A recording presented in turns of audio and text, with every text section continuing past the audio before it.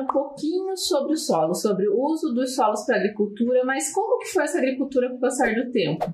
Sempre se plantou, né? Sempre a gente plantou e colheu, desde que a humanidade existe essa prática do plantio. Então a gente vai falar um pouquinho sobre isso, né? Diferentes culturas, como será que os índios faziam, né? Algumas curiosidades. Vamos falar também como que a gente planta hoje, quais são os plantios que a gente faz hoje, como que isso interfere, pessoal, na nossa vida e medida de controle da ação humana nesse solo.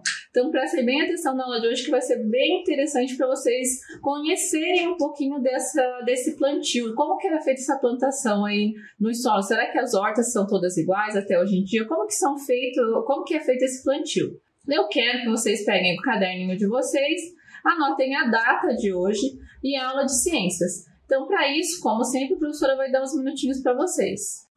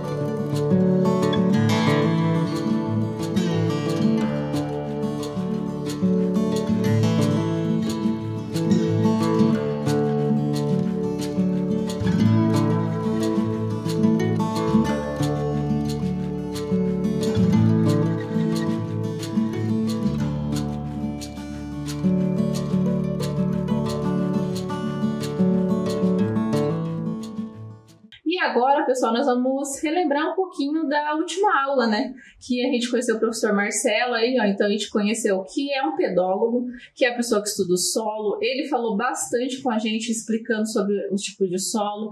Falou também do aquele fenômeno que acontece da vossoroca, que é a erosão, né? Quando os pingos de água, ou tem esse outro tipo de erosão também, pelo vento. E ele falou sobre a vossoroca, quando vai caindo lá a água, vai formando começa com um suco pequenininho e chega a caber até um prédio, né? Quando cai muita água e vai formando aquele buraco e acaba indo para onde essa água, esse solo acaba acabando nos rios. Então, muito interessante a aula, muito interessante o professor Marcelo falou. Quem não assistiu, assista. Ele falou também um pouquinho, pessoal, da forma correta de fazer as plantações em níveis, né? Para que não aconteça erosão, da cobertura que a gente tem que ter no solo para a proteção do solo. Falou sobre essa questão que às vezes a gente tem o solo, não tem todas as partes dos níveis de solo. Isso é muito importante, que a gente nem todo o solo vai ter todos os horizontes. Isso a professora ele já também falou. Se for um solo mais novo, lá a gente vai ter o quê? A rocha, e vai ter lá aquela parte intermediária e horizonte ó. Então nem todos os solos vão apresentar todos os horizontes. A professora ele já fez com vocês aquele modelo didático para que vocês possam conhecer os horizontes, mas nem todos os solos vão ter todos os horizontes. Então é muito interessante que vocês prestem atenção nessas partes da aula, e quem tiver em dúvida ainda, dá mais uma assistidinha no vídeo do professor Marcelo, porque foi muito interessante, ele fez especialmente para vocês. Nós falamos também, pessoal, um pouquinho da classificação dos solos conforme a sua textura. Então, conforme a textura, nós vamos ter mais ou menos, vamos ter 3 tipos de solo, né? Que a gente vai classificar como arenosos, argilosos e umíferos. Daí eu quero que vocês lembrem da nossa experiência. Vocês fizeram a experiência em casa? Então, os solos arenosos foram aqueles que as partículas são maiores. Então, o que aconteceu? A água passou com bastante facilidade. Quando a água passa com bastante facilidade, significa o quê? Que esse solo ele é carregado mais facilmente. Então, ele vai ter dificuldade para reter nutrientes. Então, se eu for fazer, por exemplo, uma agricultura, um plantio nesse solo, será que vai dar certo? Como será que vai ser esse plantio? Se não agrega nutrientes, como que eu vou fazer o plantio e essas plantas vão se desenvolver? Pensa um pouquinho aí. O solo argiloso já é aquele solo que as partículas são bem fininhas e elas ficam muito unidas. Se você conseguir argila, ou pegar até mesmo a argila comprada, que ela não é só argila, tem outros componentes, e você esfregar no meio do dedinho, assim você vai sentir as partículas bem fininhas, porque elas estão muito agregadas. Então ali a água vai passar com maior dificuldade, demora bastante. E a água até fica mais límpida, porque acaba filtrando essa água. E no solo que é umífero, ou um solo mais orgânico, assim, que tem bastante matéria orgânica, o que acontece? Esse é um solo que vai passar intermediário. Ele vai ter um pouco de areia, um pouco de argila, e o mais importante, ele vai ter matéria orgânica ali nesse solo, que vai ser o solo O, o solo A, ali ele vai ter mais componentes orgânicos, vai ter animaizinhos ali, vai ter minhocas, por exemplo, formigas, que vão fazer com que esse solo ele fique mais rico, e vai ter matéria, tipo, vai ter bactérias, vão ter alguns tipos de fungos ali que vão fazer a decomposição. Então, isso é muito importante. Só que esses 3 tipos de solo não são os solos que vão classificar os solos que existem no mundo inteiro. Vocês escutaram o professor Marcelo falar que existem mais ou menos 800 tipos de solos, né? Ele falou. No Brasil, eles são classificados mais ou menos 13 tipos de solos. A professora ali já trouxe para vocês lerem junto comigo um texto da Ciência Hoje das Crianças, que vai falar assim, ó, sobre os solos brasileiros. Aí vocês vão ver que eles recebem outros tipos de nome, que não são só arenosos, argilosos e umíferos. Na verdade, a gente não usa muito essa classificação para classificar do solo, porque nem todo solo vai ser argiloso, umífero e arenoso. Não dá para a gente classificar. Isso é apenas uma característica que a gente vai usar de forma geral. Entendeu? Então, quando a gente vai ver no nosso livro, a professora fala com a gente assiste um vídeo e fala só solo arenoso, argiloso e umífero, é a característica de acordo com a textura, com essas características que a professora ali já falou. Mas, na verdade, o nome do solo ele vai mudar. Então, a gente vai ler esse texto para vocês conhecerem um pouquinho mais dos solos que existem no nosso país. Tá? Sendo que no mundo inteiro vão existir outros tipos de solo. Então, vamos ler um pouquinho esse texto? Então, ó, o chão sempre parece... Ciência Hoje das Crianças, tá, pessoal? Solos brasileiros. O chão sempre parece igual para você? Não estão falando de piso de madeira, nem tapetes, e sim dos solos que observamos na natureza.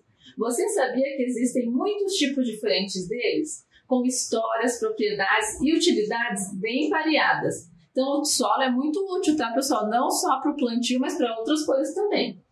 Neossolos, ó, são solos jovens, formados há centenas ou milhares de anos. Pensa, se esse solo é centenas ou milhares de anos é um solo jovem, imagina um solo mais velho. Ocupa um pouco menos de 1/20 do território nacional. Podem ser muito arenosos ou muito argilosos. Então, olha a característica que ele vai ter. Ó, ele pode ser arenoso ou argiloso, com cores variando de cores claras e escuras, muito rasos ou muito profundos, com boa ou má fertilidade. Essas características requerem muito cuidado na hora do uso da agricultura, para que as plantas possam crescer adequadamente sem degradar o meio ambiente com a erosão. Nitossolos são solos minerais Argilosos. Lembra que a professora falou isso para vocês, que os solos argilosos eles têm uma parte mais mineral, que podem ser férteis ou não. Ocupam mais de 1/100 do território brasileiro, principalmente no estado da região sul, então é encontrado na nossa região, e em São Paulo. Tem coloração, então tem a cor, né, avermelhada, escura ou amarronzada, e não apresentam problemas de encharcamento. São excelentes para a agricultura. Olha que interessante, então é um solo que é bom para a agricultura. Organossolos, pelo nomezinho a gente já vai vendo ali, ocorrem de forma bem espalhada pelo Brasil, nas áreas com excesso de umidade, como várzeas. Em sua constituição, há poucos minerais e muitos restos de vegetais.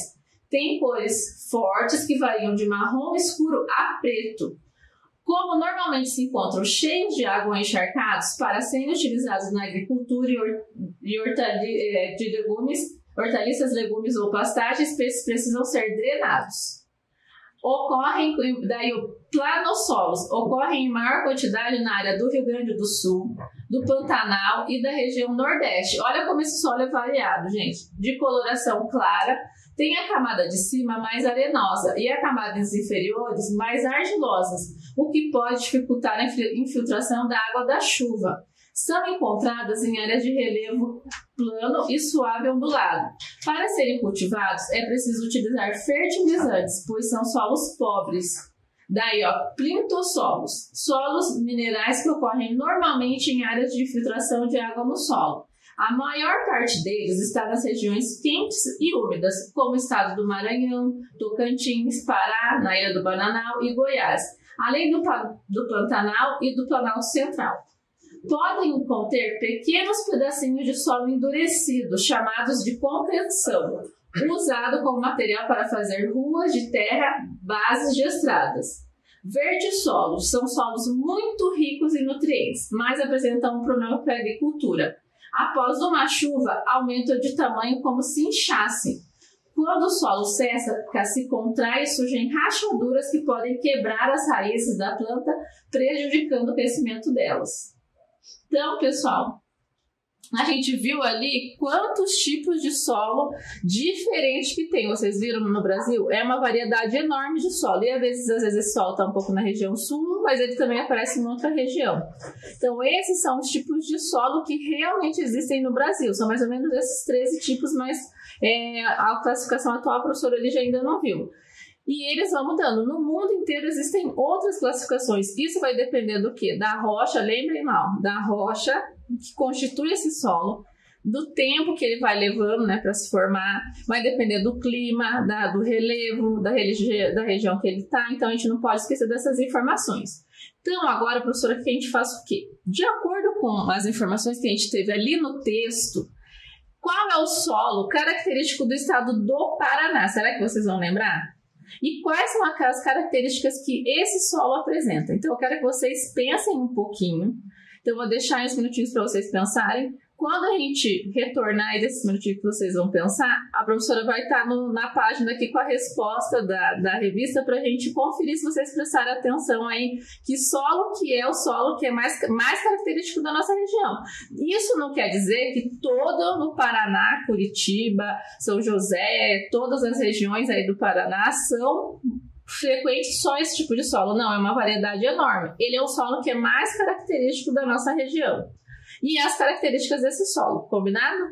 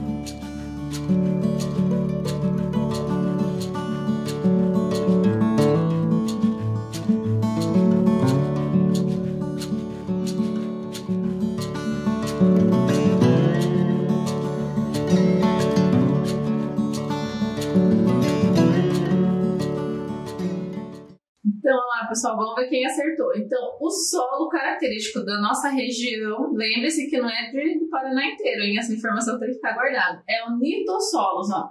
São solos minerais argilosos que podem ser férteis ou não. Ocupam aonde, ó? Estados da região sul e de São Paulo. Qual que é a característica dele que a professora Lígia perguntou, pessoal? Tem a coloração avermelhada escura ou amarronzada. Não apresentam problemas de encharcamento, então eles são solos que são bons para agricultura, são excelentes para agricultura. Então a informaçãozinha que a professora perguntou está aqui, ó, litossolos. Então quem não fez aí, ó, já aproveita, quem não lembrava, aproveita e coloque sua resposta aí na sua atividade. Então, pessoal, agora a gente vai conhecer um personagem aí muito legal. O nome dele é João Torrão. Esse livro foi escrito assim a várias mãos, aí vamos dizer assim, pelo pessoal lá da USP, da Universidade de São Paulo, lá muito legal. E eles colocaram várias informações sobre como que se forma o solo, sobre as informações sobre o solo, sobre a agricultura, de uma forma bem lúdica, bem divertida para as crianças aprenderem. E a professora Lígia reproduziu aqui para vocês algumas partes do livro. Não são todas as páginas do livro, mas se você tiver interesse, com a ajuda de um adulto, se você colocar no Google lá colocar assim, João Torrão, você pode ter acesso a esse livro e ler o livro inteirinho. Ele é muito interessante, que no final dele tem experiências para vocês fazerem, ele tem várias coisas que vocês podem realizar com a família em casa. Então não dá para a professora Lígia fazer todas as atividades na aula. Tem o experimento do solo argiloso lá que a gente fez, ele tem experimento para vocês fazerem assim, se um solo tiver sem plantas, o que vai acontecer com ele. Então é muito legal, muito interessante o livro. E a professora vai ler com vocês alguns trechos assim da história, mas não é a história completa, para a gente ir discutindo sobre o que a gente já aprendeu e algumas coisas que a gente vai aprender hoje. Então vamos lá para a leitura? Então o nome do livro é assim, ó, João Torrão, um pedacinho de solo. Então, ó, primeiro ele vai se apresentar. Olá, eu sou o João Torrão, sou um pedacinho de solo e a minha casa é aqui embaixo, onde quase ninguém repara. Não pense que por viver aqui embaixo sou menos importante. A vida aqui é bem agitada. Acontecem muitas coisas que ninguém vê. Você quer saber um pouco mais sobre mim? Então vamos conhecer um pouquinho mais sobre a vida lá embaixo da terra, pessoal? Mas afinal, você sabe quem eu sou? Você sabe o que é solo? O solo também é conhecido por muita gente como terra. E é verdade, né, pessoal? Quando a gente fala em solo, uma das primeiras imagens que vem na nossa cabeça é um pedacinho de terra. E é muito importante para a vida do homem, dos animais e das plantas. Assim como você, eu também tenho uma mãe. Você já ouviu falar dela? Ela é a pedra, ou como eu chamo, de rocha-mãe. Como ela era bonita quando ela era jovem. Olha que legal a ilustração mostrando ali, ó. De onde vem o solo? Da rocha-mãe. Isso a gente aprendeu, né, quando a gente fez a nossa experiência. Não pense que isso acontece rápido, pois não acontece. Eu, por exemplo, sou um solo jovem. O solo mais velhinho é o que sofreu mais intemperismo durante a vida. Intemperismo, gente, é a ação do tempo, da chuva, dos ventos, do sol, do clima. Então vai sofrendo, a rocha vai sofrendo e ela vai se degradando ali. Lembra, a gente já assistiu um vídeo sobre isso. Mas também pode ter enfraquecido através de algumas ações humanas, que eu irei contar mais tarde. Então, gente, a ação humana sobre esse solo, sobre essas rochas, vão fazendo com que também ocorra a degradação dessas rochas. Lembra que eu disse que a vida aqui embaixo é bem agitada? Pois é, o solo também é composto de outras partes além dos pedacinhos de rocha que falei. No solo também existe ar, a gente falou isso, água e matéria orgânica. Matéria orgânica você já sabe o que é. E tanta coisa acontece aqui embaixo. Matéria orgânica é o resto de vegetais, animais que já morreram e se desmancharam e também os que ainda estão vivos, que ainda ajudam a formar o solo. Entendeu como existe muita movimentação aqui embaixo? Não se esqueça que todos ajudam na formação do solo, os insetos, as minhocas, as plantas e até mesmo você, os seres humanos. Olha que legal o desenho ali, ó, do que está acontecendo ali embaixo. Você percebeu que os solos possuem uma organização. Ele pode ter várias camadas que se formaram umas sobre as outras, desde a rocha-mãe, e essas camadas são chamadas de horizontes. Essa parte a gente já viu na outra aula, né? Assim como você, os solos mais novos ainda não cresceram tudo que poderiam. Com o passar do tempo, você vai ficar mais velho. O solo também vai ficar mais velho, pessoal. Então, eu comparei com você que é pequenininho, como se fosse um solo, só que o solo vai demorar milhões, milhares de anos, né, para se formar um solo mais velho. A gente não demora tanto. Como você já parou para pensar em nosso solo, nosso solo é importante para a manutenção da vida das pessoas? Será que o solo é importante para a manutenção da nossa vida?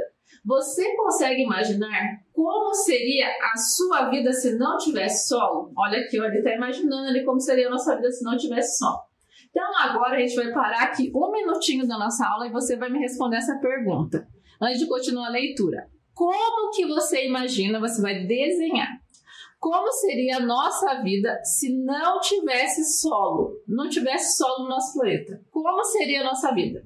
Nós seríamos só seres aquáticos? Nós seríamos só seres que iriam voar? Como seria a nossa vida se não existissem solos? Seriam árvores? Então, vamos parar um minutinho aqui para responder a pergunta do João Torrão. Então, eu vou dar uns minutinhos para vocês responderem essa pergunta. Pode desenhar, tá, pessoal?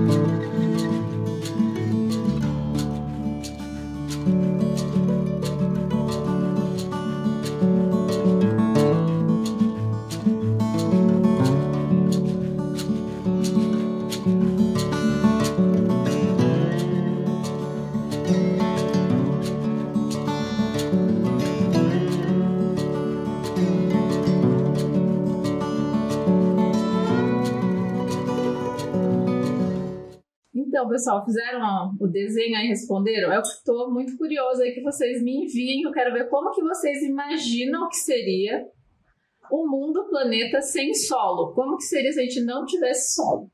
Então, continuando aqui a história, as partes que nos interessam lá, ó. Agora pense um pouco. Você sabe de onde vêm os alimentos que você come todo dia? Será que está relacionado com o solo?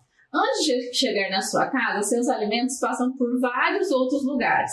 Por exemplo, alguém que comprou no mercado para você. E antes de chegar no mercado, para serem vendidos, os alimentos tiveram que ser plantados. Os alimentos são plantados no solo, é o solo que fornece os nutrientes necessários para que as plantas cresçam fortes e produzam os alimentos. O que mais, pessoal? O solo também fornece alimento para os animais, para vários tipos de animais, que depois vão ser consumidos por nós, né? Além disso, as árvores também crescem no solo, fornecem madeira, que é utilizada para fazer muitas coisas, como, por exemplo, lenha para cozinhar, fazer papel, construir móveis. Então, a professora quer que você pense agora numa outra atividade. Pensar e desenhar em objetos que podem ser produzidos por meio do solo, mas não só esse que o livro falou. Por exemplo, a minha mãe, ela trabalhava quando ela era bem pequena numa olaria. Vocês já ouviram falar numa olaria? Uma olaria é um lugar que fazia, na época, ela fazia tijolos. Então, fazia com que esse tipo de solo mais argiloso, eles faziam tijolos e faziam casas de pau a pique também, que usa tipo uma lama assim para fazer essas casas. Hoje em dia, gente, os solos eles são utilizados para fazer cerâmicas, artesanato. Se vocês forem pesquisar, uma infinidade de coisas são feitas através do solo. Então, a professora quer que você pense, essa que eu vou deixar como uma tarefinha de casa, e você desenhe objetos que podem ser produzidos por meio desse solo. Então, para vocês verem quantas utilidades que o solo tem, não só para a agricultura, mas também no nosso dia a dia. Então, essa atividade eu vou deixar como uma tarefa de casa. Então, vou deixar um tempinho só para vocês copiarem e pensarem aí, pesquisarem como que vocês, onde o solo é utilizado no nosso dia a dia.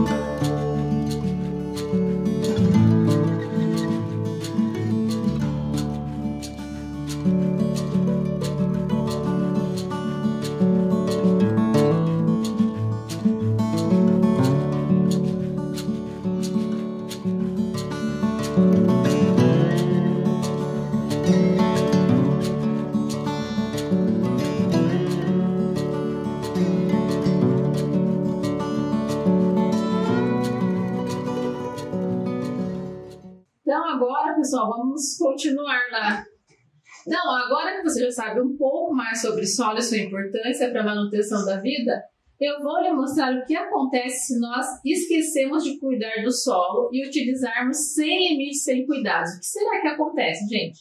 Nas cidades, geralmente, o solo é coberto por asfalto, cimento, calçadas. Isso faz com que o solo fique embaixo de uma espécie de capa. Quando chove, essa capa não deixa a água entrar e ser absorvida pelo solo. O solo também sofre com a poluição e as pessoas se esquecem que contaminando o solo podem contaminar suas próprias vidas. No campo, muitas vezes o solo é contaminado pelos agrotóxicos usados pelas grandes indústrias de alimentos. O que é o agrotóxico, pessoal? O agrotóxico é uma substância aplicada nas plantas para que elas não morram facilmente e não sejam comidas por insetos e outros animais. Não se engane, amigo, os agrotóxicos não fazem bem nem para as plantas, nem para os animais, mais que se alimentam das plantas, nem para o solo e nem para o homem. Ele é um produto químico muito forte, que além de contaminar os solos, também contamina os alimentos, as pessoas que comem. O uso de agrotóxico faz com que as plantas e o solo percam nutrientes e as pessoas fiquem doentes. Olha que interessante isso, que importante. E agora que você já aprendeu tudo isso sobre o solo, você entendeu como ele é importante? O solo não é só o chão que você pisa e também não é só sujeira. Ele é importante para a vida do homem, dos animais e das plantas. Mas não se esqueça, se as pessoas não cuidarem do solo, ele pode se acabar. Você me ajuda a contar para todos como é importante cuidar do solo? Então agora a gente tem aí uma missão para cuidar, para ajudar o João Torrão. Para isso, nós vamos fazer, olha só, um mascote do João Torrão. Então, a professora, eu trouxe o meu aqui, ó. O que vai acontecer com ele? A professora usou meia calça, aqui um pouquinho de serragem e aqui tem sementinhas de alpiste. Quando a gente molhar, vai crescer um cabelinho aqui nele, vai ficar bem legalzinho. Então, a professora trouxe aqui mais ou menos como que é o processo para fazer o João Torrão. Então, para fazer ele, pessoal, a gente vai precisar do quê? De uma meia calça fina. Daí a professora trouxe aqui os outros materiais. Que no caso aqui é a serragem que eu vou pegar e sementinhas de alpiste. Aí a gente vai precisar, se você precisar de cola para colar o olhinho. Se quiser desenhar com canetinha, você pode desenhar com canetinha. Para fazer o olhinho, você não precisa comprar um olhinho, você pode colocar botõezinhos aqui, ó. E um potinho aqui a gente vai usar, pode ser garrafa PET, ou você pode usar um potinho que seja de um iogurte, alguma coisa assim. É só para a hora que você molhar, a água vai escorrer e cair aqui dentro. E você pode pôr areia, ou você pode deixar aqui o potinho água e jogar água fora, porque a gente não pode esquecer que a gente tem dengue por aí, né? Então não posso deixar água parada.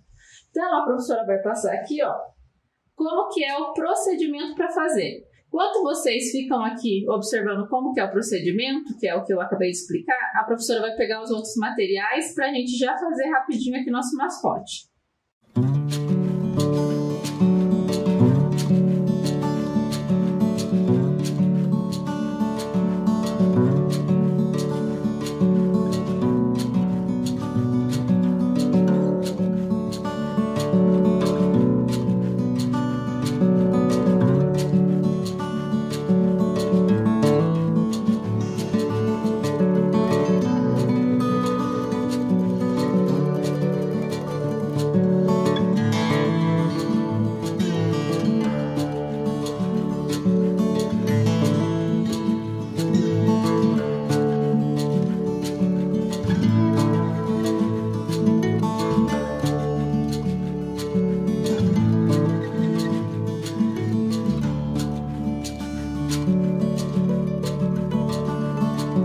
Então, a primeira coisa que a gente vai precisar, ó, pessoal, de uma meia calça. Não precisa ser uma meia calça nova, pode ser velha, usada, porque você pode dar um nó na ponta, nas duas pontas vai dar certo do mesmo jeito. Aqui a professora ali já tinha essa meia calça, ó, ela já tá cortada aqui, então a gente pode pegar qualquer pedaço de meia calça.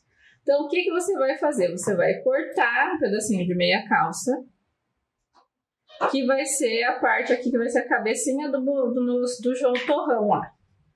Aqui dentro, ó, a professora pegou alpiste, que é essas comidinhas que a gente dá para passarinho, que é bem fácil de comprar.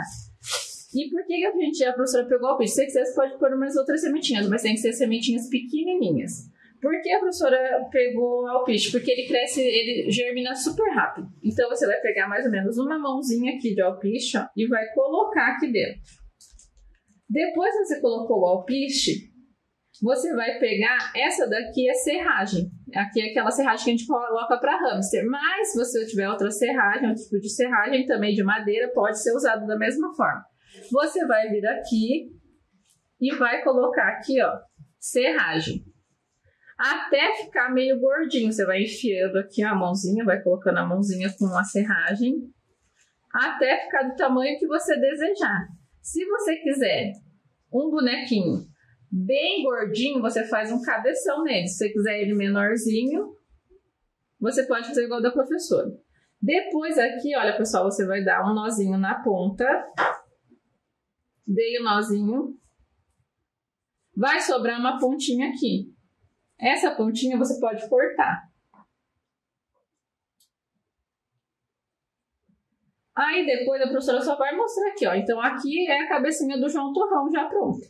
Se você quiser, você pode desenhar com cola colorida a boquinha, os olhinhos, ou você pode colar botãozinho para colocar os olhinhos. A professora Lígia já fez o meu aqui, olha. Eu fiz aqui, colei 2 olhinhos, fiz uma boquinha. Não fiz o nariz porque eu não quis. Vocês podem fazer da maneira que vocês quiserem. Quando o cabelinho crescer, olha aqui, eu tenho uma imagem aqui, olha. Quando o cabelinho crescer, você pode até colocar uns lacinhos ali. Quem quiser fazer uma menininha, pode colocar um lacinho ali. Então, esse daqui é o nosso bonequinho de hoje, o nosso mascotezinho de hoje, combinado? Então, quem quiser fazer aí, tá? A nossa ideia é essa. Mas você pode fazer outro mascote se você quiser, de outra forma. Então, que legal, né, pessoal? A gente fez o mascote e é muito interessante saber aí da história do João Torrão, porque ele fala da questão das plantações. Que as plantações, elas são feitas com agrotóxico, muitas vezes queimadas, e isso tudo prejudica não só o solo, como as plantas e a nossa saúde também. Mas você sabia que nem todo o tempo foi assim? Por exemplo, os indígenas, eles têm um respeito muito grande pelo solo. E eles têm diferentes formas de plantar para não degradar esse solo. E eles até criam lendas sobre alimentos, sobre várias coisas, como eles criavam sobre o sol e sobre a lua, para continuar repassando esse respeito por esse solo e por esse alimento. E a professora Alessandra, ela vai contar uma história para vocês, que é muito interessante, que é sobre a lenda da mandioca. Então, vamos escutar essa história com a professora Alessandra, que é uma maneira de respeitar o solo quando a gente também cultiva de forma adequada os alimentos. Que tal uma sopa de mandioca? Eu estava aqui mexendo e percebi como a mandioca é branquinha, né? E aí, eu me lembrei de uma coisa. Você conhece a história da origem da mandioca?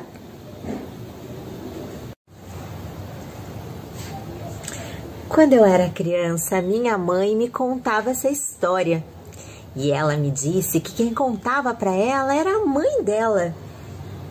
E essa história foi passando então de geração para geração. Mais tarde eu acabei descobrindo que esse é um conto de origem guarani. E é a origem da mandioca. Numa certa tribo indígena, uma jovem, a filha do cacique, ficou grávida.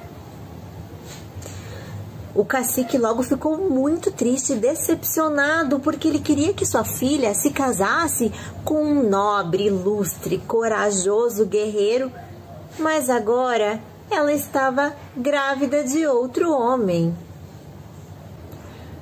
Porém, numa noite, o cacique dormiu e sonhou com um homem branco que dizia para ele que não ficasse preocupado, que sua filha não o havia enganado. E o cacique ficou então mais tranquilo, sabendo que sua filha não o tinha enganado, que aquele cacique voltou a ser feliz, voltou a viver alegremente com sua filha. Passadas-se algumas luas, nasceu a criança que aquela jovem índia estava esperando. E era uma menina muito linda e de pele muito branca. recebeu o nome de Mani. Mani era adorada por todos da tribo, era uma criança muito alegre e vivia muito feliz. Todos gostavam dela. Acontece que um dia Mani não acordou como de costume. Sua mãe foi desesperada a ver e ela não respirava mais. Atormentada e tristemente abalada, aquela mãe pegou a sua filha Mani e enterrou-a num lugar para poder fazer uma homenagem a ela, numa maloca. Todos os dias, aquela mãe índia regava aquele pedaço de terra no qual havia enterrado sua filha com suas lágrimas. Passado algum tempo, perceberam que uma planta diferente havia nascido ali. Ninguém conhecia aquele tipo de planta. E a jovem índia continuou regando aquela planta com as suas lágrimas. Teve um momento em que essa índia percebeu que logo em volta dessas plantas, no lugar onde ela havia enterrado sua pobre filhinha Mani, a terra estava rachada. Seu coração ficou surpreso e ela, na esperança de ver a sua filha surgindo novamente dali, começou a cavar. Mas lá ela encontrou outra coisa. A índia cavou, mas no lugar de encontrar a sua filha, o que ela encontrou foram raízes muito grossas, com o interior branco como leite.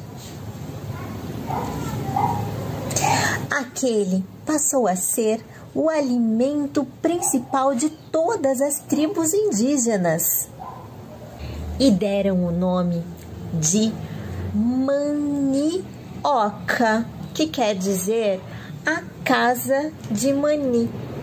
De manioca virou mandioca, que hoje a gente conhece muito bem, não é? Essa história acaba por aqui, mas a gente ainda se encontra em outra história. Até lá!